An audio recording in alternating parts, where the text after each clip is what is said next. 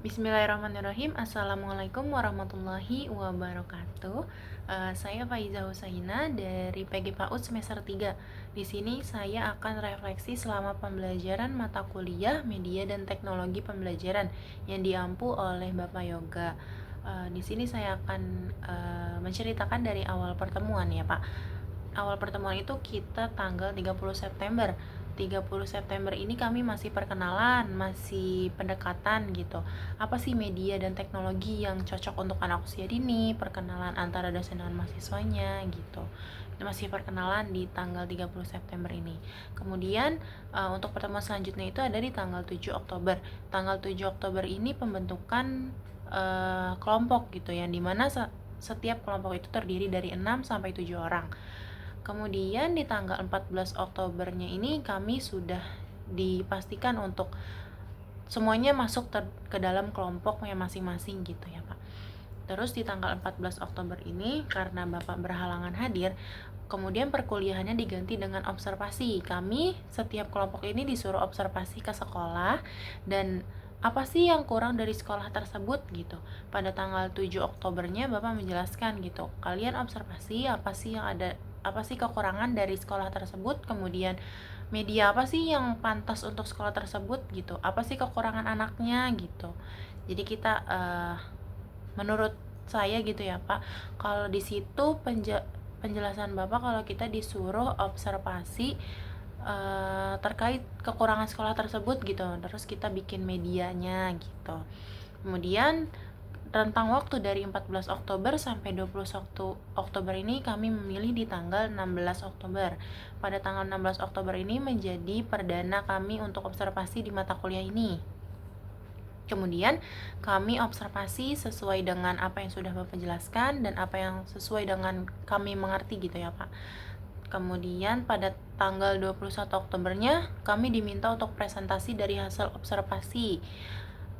Pada tanggal 21 Oktober ini kami observasi sekelas itu salah semua karena hampir semua kelompok itu menjelaskan tentang dari awal sampai akhir kegiatan yang ada di sekolah gitu, seperti ini ya, Pak. Contohnya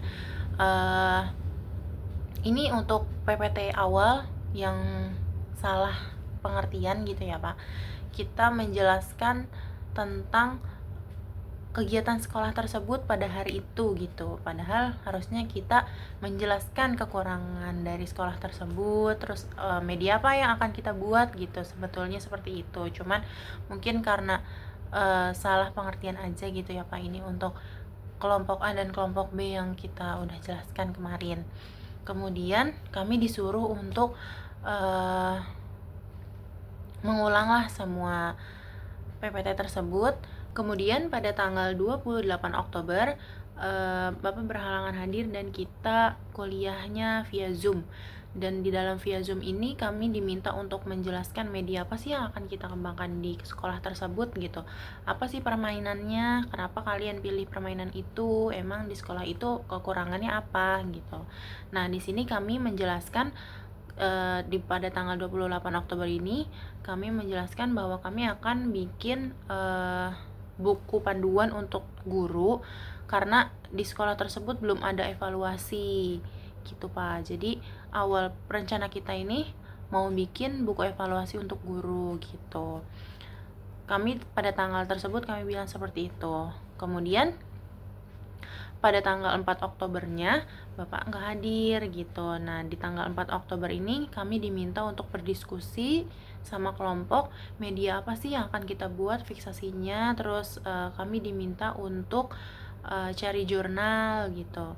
Nah, pada tanggal tersebut, pada tanggal 4 November ini kami berdiskusi bersama kelompok bahwa media yang akan kami bikin itu adalah media Spinwheel. Pada tanggal 4 November ini kami sudah cari beberapa jurnal, udah ada fotonya juga, terus referensi Spinwheel-nya gitu. Terus Sebelumnya kami udah menceritakan juga permasalahan di sekolah tersebut, kenapa kita cari spinwheel, dan pada hari itu juga kita sudah menentukan apa sih yang akan kita tempel di dalam spinwheel tersebut gitu. Kami udah menyusun buah-buahan, sayur-sayuran, warna gitu.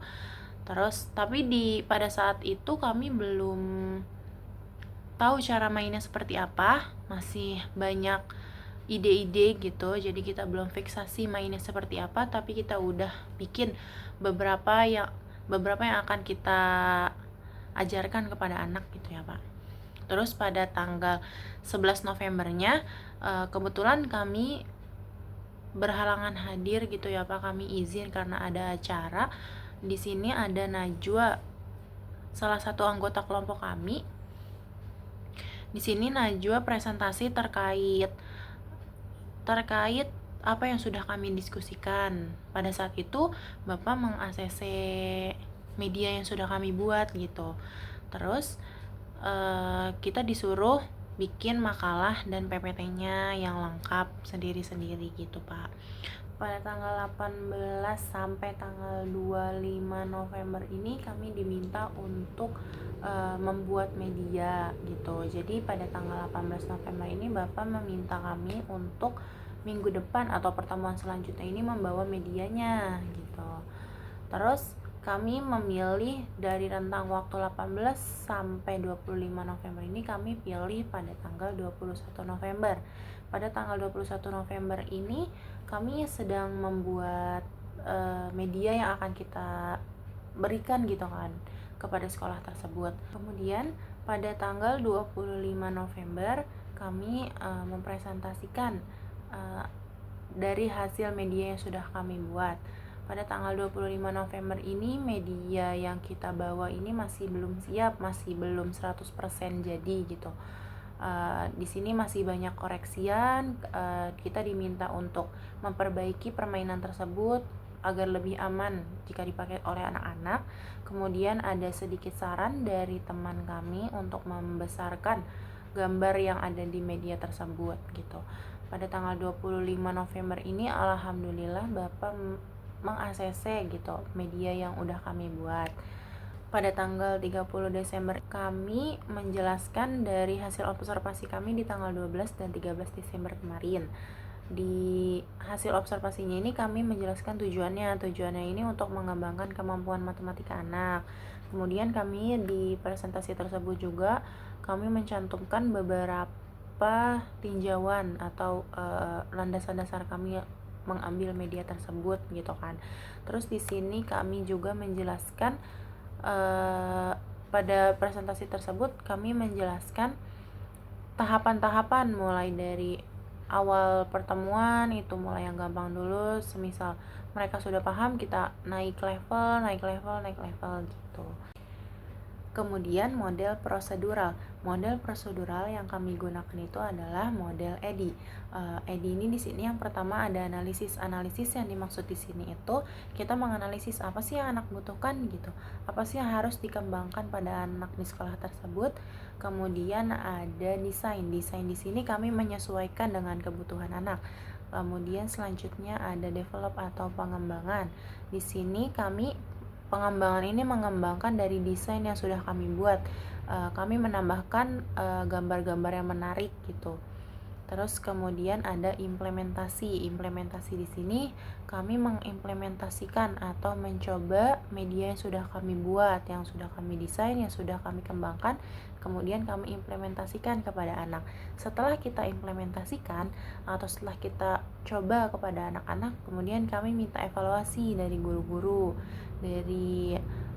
terutama dari guru yang mengajar di kelas tersebut gitu.